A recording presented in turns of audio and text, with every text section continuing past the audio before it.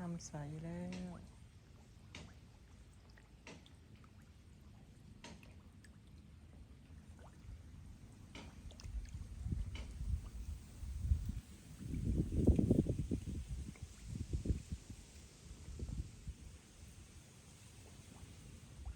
มาดูหมูหน่อยก่อยพี่น้องตั้งก็ได้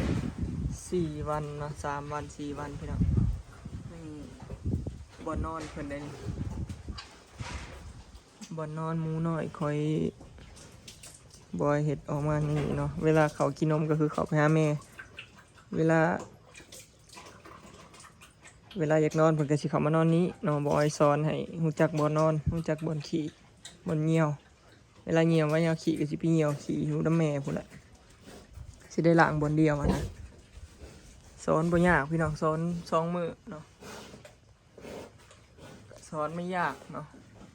ให้หมูน้อยนอนใส่ก็ได้สอนเอาเวลาหมูแม่เพิ่นสิกินห้ำกินหยังเพิ่นก็สิแล่นป๊บแล่นหนีเนาะเวลาแม่เพิ่นลุกมันก็สิแล่นมานอนนี้เอากินนมแล้วสอนเอา2 มื้อพี่น้องมื้อที่3ก็พอดีของเลยนะสอน2 มื้อซะ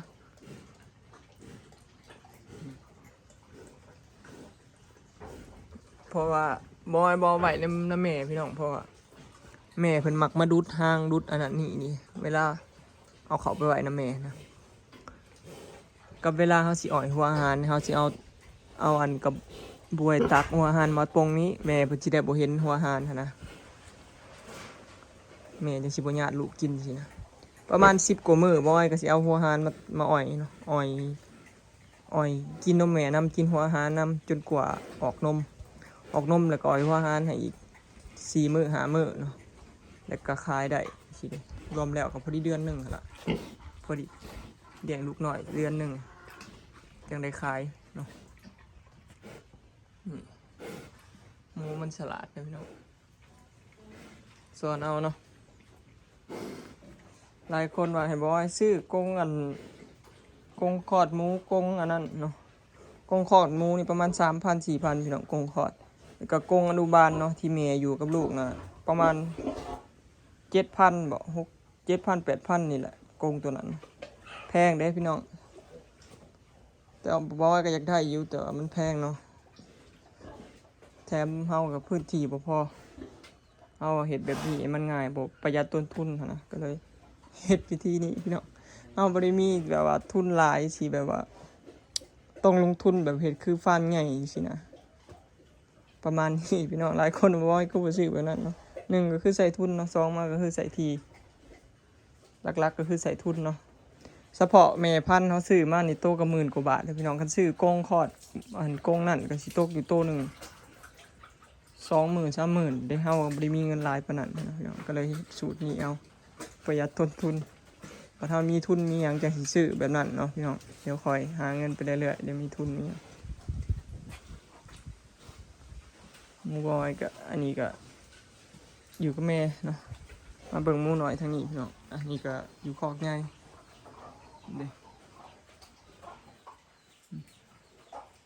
ทางนี้นะได้อยู่ประมาณ6 มื้อแล้วมื้อแรงจะสิต้อนทำให้อันใหญ่แล้วก็ต้อนยากเนาะกำลังเหลื่อมพี่น้องกำลังเหลื่อมกำลังไซหมูตัวนี้กำลังเบ่งอ้วนพอสีถาดเล็กให้แล้วอีกประมาณฮอดอายุ10 มื้อ50 กว่ามื้อจังสิสีถาดเล็กอีกรอบนึงเนาะฉีด2 รอบเนาะ6 ตัวใหญ่แล้วบริยากกับหมูแล้วพี่น้องแบบนี้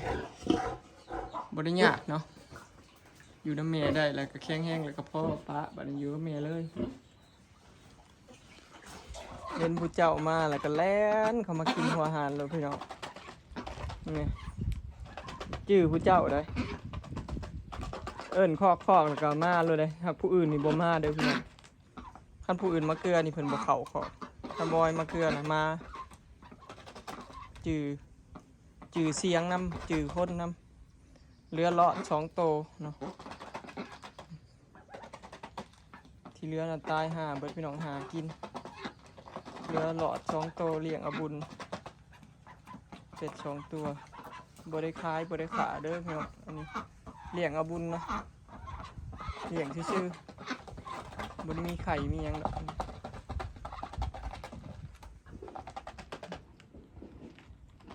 น้องนางบุญรอด2 ตัวคิดฮอดนางบุญรอดน้องพี่น้องเสียดายเพิ่นตายซะหามาเลย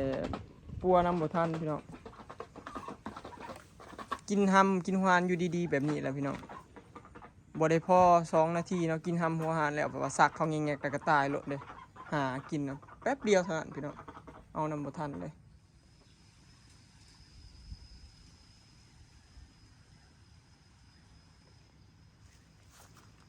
มาดูของใส่ไก่บ่อ้อยจ้าพี่น้อง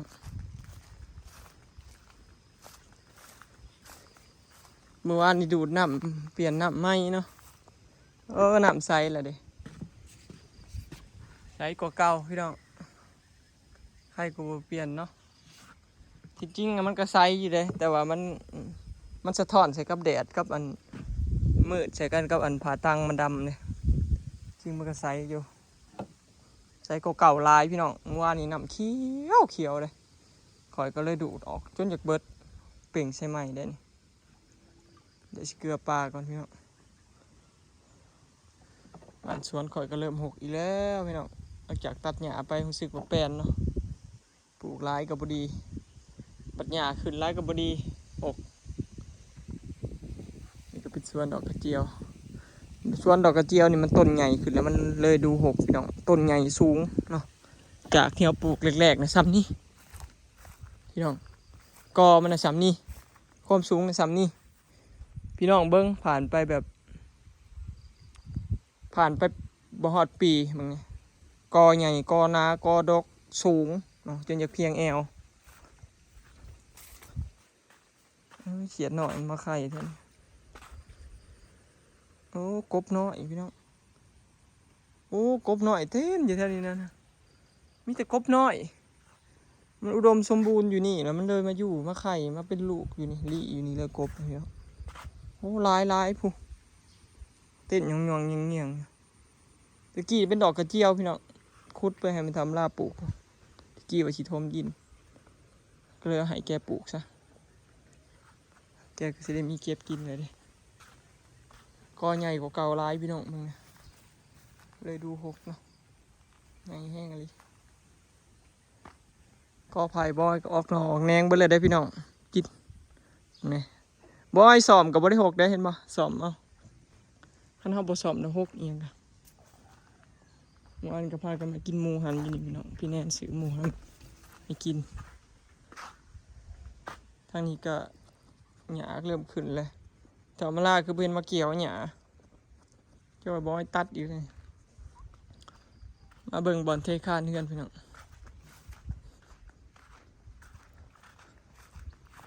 ให้พอทะเลินมาเทคานเฮือนให้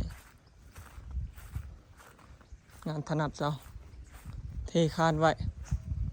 เนาะเทคานไว้แล้วก็บัดมีเงินจะสิเทพื้นเนาะหลายคนว่าคือบ่ให้อันพอทะเลินแอมให้บ่พี่น้องเรายากเราเฮ็ดผู้เดียวนะกับเดียวมันสิบ่ได้แบบเฮาเนาะเห็นบ่แอมมันก็บ่แม่นสิแอมซื่อๆเนาะคันแอมซื่อๆบ่มีทรงบ่มีหยังน่ะง่ายอยู่แต่ว่าบ่เฮ็ดแบบทรงเหลี่ยมนี่มันสิยากแล้วก็การเข้ามุมเก็บมุมมันต้องรายละเอียดดีเลยเพราะว่าเสื้อละนี่เฮาปาดที่ต้องเป๊ะว่าจังไงครับพี่น้องเนาะข่อยก็อยากให้มันเป๊ะเนาะก็เลยท่าสางเท้าพุ่นน่ะแล้วก็เพราะว่านัดกับสางเท้าแล้วพี่น้องเงินก็จ่ายแล้วเรียบร้อยเลยเด้สางเท้าหั่นน่ะคันเฮาสิมาจ้างผู้ใหม่มันก็ต้องเสียเงินใหม่อีกเด้เพราะว่าเฮาตกลงกันแล้วเฮาจ่ายเงินสางเท้าเรียบร้อยพี่น้องแต่ว่ายังมีค้างอยู่ 3,000 บาทเด้คือว่าง่ายซะเฮาจ้างผู้ใหม่แอมมันก็หลายพันแม่นบ่พอเฮาจ่ายสางเท้าไปแล้วหั่นน่ะก็เลยบ่ได้จ้างสางใหม่พี่น้องกับอีกอย่างนึงก็คือเฮาจ้างไปแล้วเนาะแล้วก็2มาก็คืออยากให้มันงามตามแบบที่เฮาคิดกันไว้ตกลงกันไว้แล้วกับสางเท้านะว่าสิแบบใดแบบใดมีแต่ท่าแอมอย่างเดียวท่าพุ่นแหละยามว่างเนาะบ่พาวใจเย็นๆซาๆได้ผ้าเล่มงามเนาะคือประสบการณ์มันก็สอนให้เฮาฮู้แล้วว่าเฮาฟ้าวแฮงบ่แล้วพี่น้องว่าง่ายซะเฮาฟ้าวอยากแล้วแฮงบ่แล้วเด้ มีปัญหาหรอกเห็นบ่คือที่ผ่านมามีปัญหาหรอกก็เลยบ่ฟ้าวพี่น้องทุกอย่างมันมีเวลาของมันเนาะเอาบ่เร่งบ่รีบบ่ฟ้าวซ่าๆได้ผ่าเล่มงามคือเพิ่นเว้าผู้เฒ่าผู้แก่เพิ่นเว้าล่ะค่อยเป็นค่อยไปแล้วยามใดก็ยามันเทคานไว้บัดยามแล้งสิเอาดินเข้าเนาะความสูงก็ส่ำนี้พี่น้องบ่ได้ขุดลงเนาะเอาสูงสำคัญนี่เลยเวลาเราเทพื้นก็สิสูงขึ้นมาอีกน้อยนึงสิสูงมาเทพื้นก็สิสูงขึ้นมาประมาณนี้แหละปูกะโลก็สิประมาณนี้แหละปูกะโลพอดียืดบ่เทิงดอกพี่น้องความสูงนะบัดเทคานแล้วเขาเหยียบยืดขึ้นไปก็บ่เทิงเนาะบ่เทิงอันนี้ใหม่ประมาณนี้พอดีงามตามแบบบ่ไว้เลยความสูง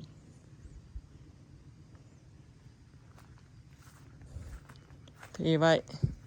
สวยงามนี่นั่นบอกว่าก็อยากเอาดินเขาอยู่พี่น้องแต่ว่ายามนี้มันบ่มีดินเนาะยามนี้รถแกหินแกทรายแกดินเขาบ่แกพุ่นยามแรงพุ่นก็เลยเทคานไว้มาทอดยามแล้วเอาดินเขาเลย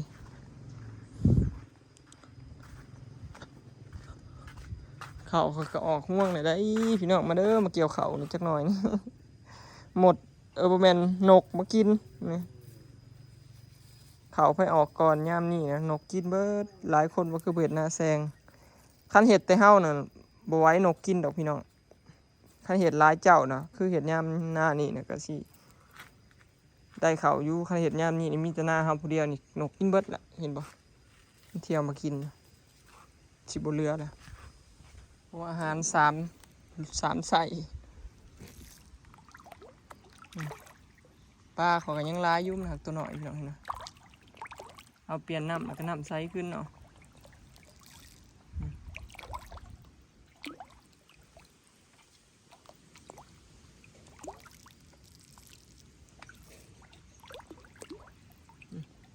เข่งปันนนจันปลาตะเพียนปลานนจันมีเรือแต่2 ตัวแบบนี้อันนี้ตัวใหญ่เด้ปลาตะเพียนมื่อนี้เห็นคักพี่น้องสายเนาะนำมันใสขึ้นเลยเห็นบัดสุโตบะนี่เห็นบ่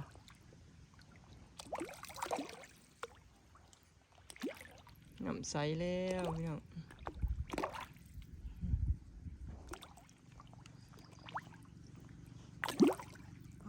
ตัวนี้บักใหญ่ปลาตะเพียนโอ้หลายตัวเนาะขอยคิดว่าปลาตะเพียนข่อยเบิดละไง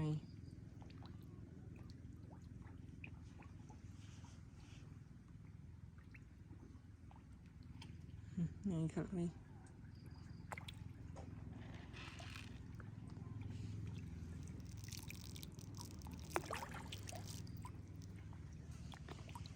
นี่ตัวใหญ่อยู่ในกล่องนี่พี่น้องปลามันมีแต่ลอยเขามากินในกล่องนี่ปลาตะเพียนใส่หน่อยที่บอยปล่อยล่าสุดเนี่ยตอนบอยมาปล่อยนะบ่ซ้ำนี้ก่อยซ้ำนี้น้อยกว่านี้ก่อยเนาะแล้วก็ตอนนี้ใหญ่ก็ซ้ำ2 นิ้ว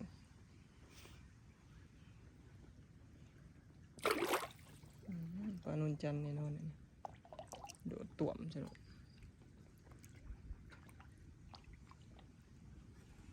ปลาข่อยคือสีแข็งแห้งใหญ่ไว้แล้วบัดนี้น้ำใสละ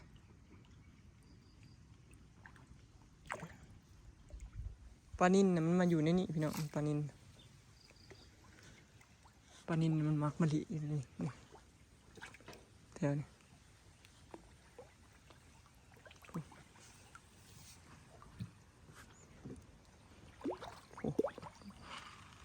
มันบ่ค่อยขึ้นมากินปานใดปลาดินมันหมักสวบความเตื่อมนะเห็นบ่บ้าไงน้ำแตกจักจะ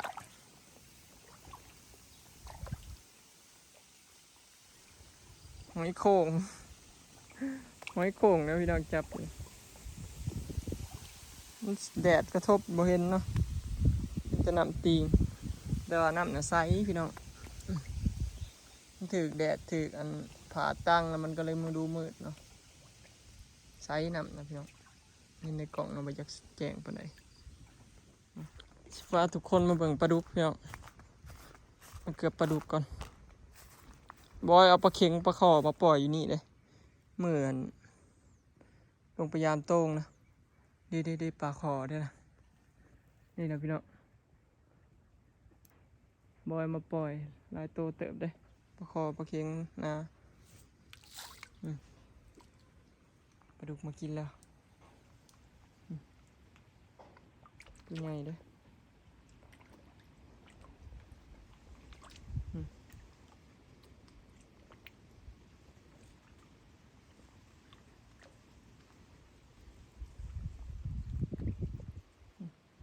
ตัวใหญ่ละ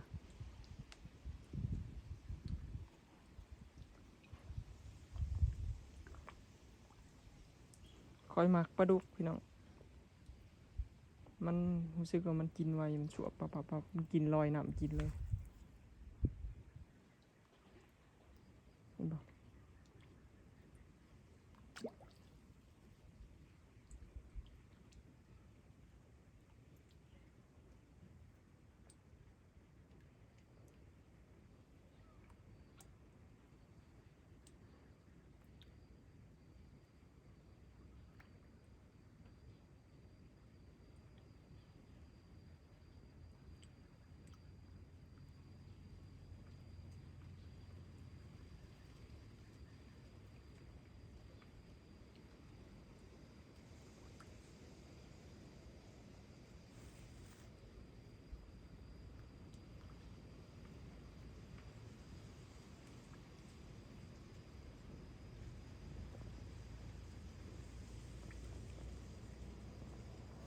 ปลาอีซบนะบ่เห็นขึ้นมากินเลยพี่น้องเดี๋ยวนี้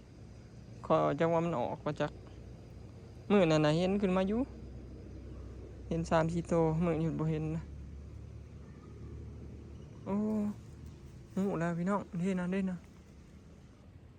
มันลี้อยู่ในอันพักแว่นมันไปกินพักแว่นเดี๋ยวนะค่อยคิดว่ามันออกนี่เบิดละยังพี่น้องเด้อยู่นี่เด้กับปลาขอหน่อยนะเห็นบ่เด้นะขอหน่อย2 ตัวมาปล่อยเมื่อวานพยายามตรงแล้วมาดิปลาขอนี่ปลาดุกใหญ่แห้งพี่น้อง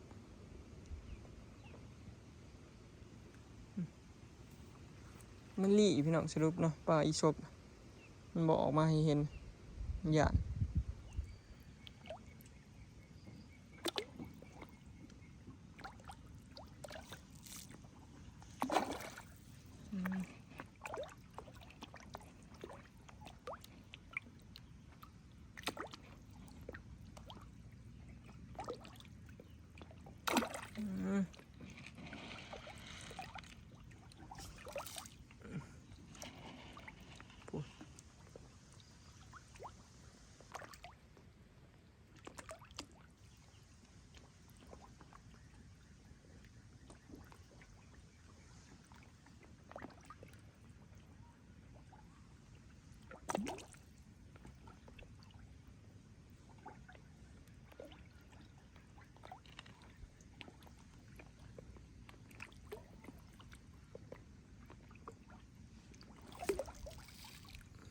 เดี๋ยวสิกลับก่อนพี่น้องแบบนี้เนาะออกมาเกลือปลา